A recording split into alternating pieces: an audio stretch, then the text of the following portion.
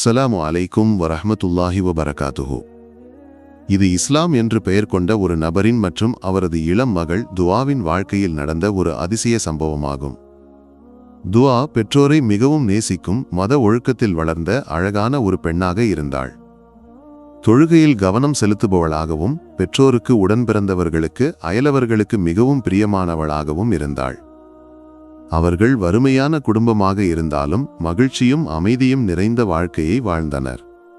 ஒரு நாள் துஆ தனது மொபைலில் ஃபேஸ்புக்கை பார்த்து கொண்டிருந்தாள். அப்போது இஸ்லாம் என்ற பெயரில் ஒருவரிடமிருந்து மெசேஜ் வந்தது.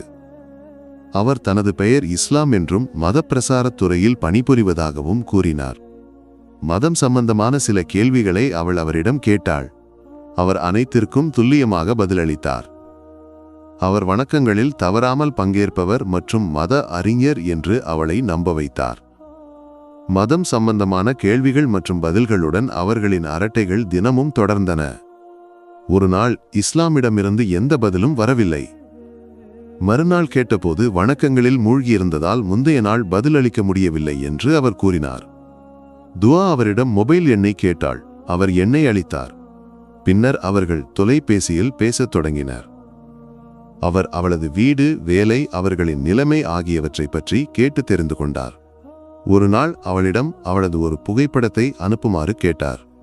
முதலில் அவள் அவரது புகைப்படத்தை அனுப்புமாறு கேட்டாள். அவர் உடனே புகைப்படத்தை அனுப்பினார். பின்னர் அவளும் தனது புகைப்படத்தை அனுப்பினாள். மறுநாள் ஒரு ஹோட்டலில் உணவுக்கு வருமாறு அவர் அழைத்தார். அவள் அதை ஒப்புக்கொண்டாள். ஏனெனில் அவரை பார்க்க அவளுக்கு மிகுந்த ஆசை இருந்தது. அவள் அவரை விரும்பத் தொடங்கியிருந்தாள். மறுநாள் அவர்கள் ஹோட்டலில் சந்தித்து உணவு உண்ட பிறகு அருகில் உள்ள ஒரு பூங்காவிற்கு சென்றனர். அவர்கள் நீண்ட நேரம் பேசினர். அவர் அவளிடம் ஒரு முத்தம் தருமாறு கேட்டார். ஆனால் அவள் ஒப்புக்கொள்ளவில்லை.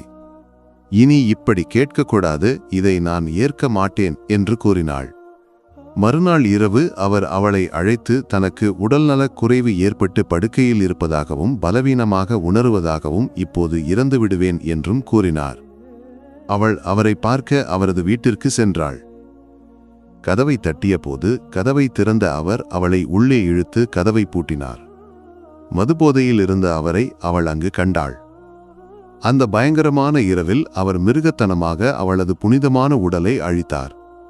வேதனையுடன் அவள் வீட்டிற்கு திரும்பினாள். யாரிடமும் எதுவும் கூறாமல் அவள் தனது அறையில் நாட்களை கழித்தாள். அவளது துக்கத்தை கண்ட அவளது தாய் காரணம் கேட்டாள். ஆனால் அவள் எதுவும் கூறவில்லை. தற்கொலை செய்ய வேண்டும் என்று கூட அவள் நினைத்தாள். அவளது நெருங்கிய தோழி அவளை பார்க்க வந்தபோது அவள் எல்லாவற்றையும் அவளிடம் கூறினாள்.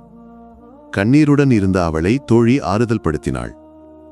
இறுதி வரை உடன் இருப்பேன் என்று தைரியம் அளித்தாள். நாட்கள் கடந்தன. துஆவின் உடலில் சில அசௌகரியங்கள் தோன்றத் தொடங்கின. சோர்வு அதிகரித்தது. அடிக்கடி கழிவறைக்கு செல்ல வேண்டியிருந்தது. தனது பிரச்சினைகளை தோழியிடம் கூறியபோது அவள் இது கர்ப்பத்தின் அறிகுறியாக இருக்கலாம் என்று கூறினாள். ஒரு மருத்துவரை பார்ப்போம் என்று முடிவு செய்தனர். இருவரும் ஒரு பெண் மகப்பேறு மருத்துவரை சந்தித்தனர். பரிசோதனைக்கு பிறகு மருத்துவர் நீங்கள் 2 மாத கர்ப்பிணி என்று கூறினார். வீட்டில் உள்ளவர்களுக்கு இந்த மகிழ்ச்சியை தெரிவிக்குமாறு கூறினார். அவர்கள் அங்கிருந்து வெளியேறினர். தளர்ந்து அழத் தொடங்கிய துஆவை தோழி ஆறுதல் படுத்தினாள். யாருக்கும் தெரிவிக்காமல் அவர்கள் நாட்களை தள்ளினர். சற்று செல்வந்தரான தோழி துஆவை தனது வீட்டிற்கு அழைத்து சென்றாள். பிரசவ நேரத்தில் மட்டும் மருத்துவமனைக்கு அழைத்து சென்றாள். சுகப்பிரசவமாக இருந்ததால் குழந்தைக்கும் தாய்க்கும் எந்த பிரச்சனையும் இல்லை. தோழி துஆவிடம் நாம் இந்த குழந்தையை ஒரு தோட்டத்தில் விட்டுவிடலாம், யாராவது அதை எடுத்து வளர்க்கலாம் என்று கூறினாள். ஆனால் துஆவால் குழந்தையை பிரிய முடியவில்லை. வறுமையான குடும்பம் என்பதால் குழந்தையை வீட்டிற்கு அழைத்து செல்ல முடியாது என்பதை அவள் உணர்ந்தாள். எனவே குழந்தையை அங்கேயே விட முடிவு செய்தாள். இருவரும் ஒரு தோட்டத்தில் குழந்தையை வைத்துவிட்டு வீட்டிற்கு திரும்பினர். அன்று அந்த தோட்டத்திற்கு யாரும் வரவில்லை. மணிக்கூர்கள் கடந்தன. குழந்தை பசியால் அழத் தொடங்கியது. ஆனால் அதன் அழுகையை யாரும் கேட்கவில்லை. தோட்டத்தில் இருந்த ஒரு பூனை குழந்தையின் அழுகையை கேட்டு அதன் அருகில் வந்தது. பூனை பலமுறை சத்தமிட்டது. ஆனால் யாரும் அந்த பக்கம் வரவில்லை. பூனை தோட்டத்திற்கு அருகில் உள்ள வீட்டிற்கு சென்றது. அங்கு வீட்டுக்காரர் வெளியே இருந்தார். பூனை மீண்டும் சத்தமிட்டது. ஆனால் அவர் வரவில்லை. பூனை அவரை சத்தமிட்டு அழைத்தது. ஆனால் அவருக்கு எதுவும் புரியவில்லை. கடைசியாக பூனை அவரை தொந்தரவு செய்ய தொடங்கியது. அவர் பூனையை விரட்டினார். ஆனால் பூனை அவரை விடவில்லை. அது தொடர்ந்து அவரை தொந்தரவு செய்தது. பூனையை அடிக்க வேண்டி அவர் அதை துரத்தினார். பூனை குழந்தை கிடந்த இடத்திற்கு ஓடியது.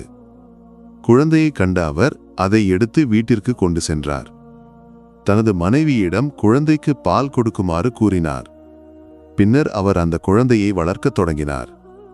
பூனை இதற்காகவே தன்னை தொந்தரவு செய்தது என்பதை அவர் அன்று உணர்ந்தார். ஒரு பூனையின் மூலம் ஒரு குழந்தைக்கு ஏற்படவிருந்த ஆபத்தை அல்லாஹ் தடுத்து நிறுத்தினான்.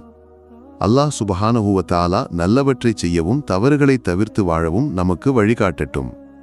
இந்த வீடியோ உங்களை சென்றடைய காரணமானவர்களுக்கு பிரார்த்தனை செய்ய வேண்டும் என்று நினைவூட்டுகிறேன். இன்ஷா அல்லாஹ் மற்றொரு வீடியோவுடன் பின்னர் சந்திப்போம். துஆவுடன் அஸ்ஸலாமு அலைக்கும் வ ரஹ்மத்துல்லாஹி வ பரகாத்துஹு.